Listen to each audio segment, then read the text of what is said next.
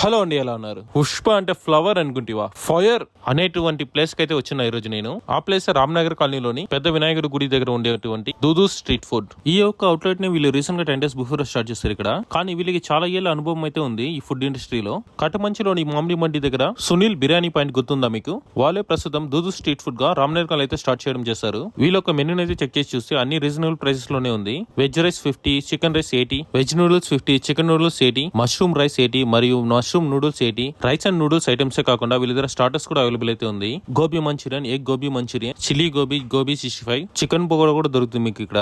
నేనైతే egg fried rice, chicken pakoda, egg noodles మరియు gobi Manchurian అయితే ఆర్డర్ చేసా. నేను ఫస్ట్ అయితే గోబీ మంచూరియన్ అయితే ట్రై చేసా, చాలా బాగుంది. ఆ తర్వాత చికెన్ కబాబ్ కూడా చాలా బాగుంది. దాని తర్వాత నేను ట్రై చేసింది వచ్చేసి ఎగ్ ఫ్రైడ్ రైస్. ఆ తర్వాత నూడిల్స్ అయితే ట్రై చేసా, నాకైతే నచ్చింది. మీకు ఇక్కడ కుకింగ్ కూడా చేస్తారు. చికెన్ ని పర్ కేజీకి 120 రూపీస్ అయితే చార్జ్ చేస్తున్నారు. మీరు దుదు స్ట్రీట్ ఫుడ్ అయితే విజిట్ చేయండి. See you, take care, bye.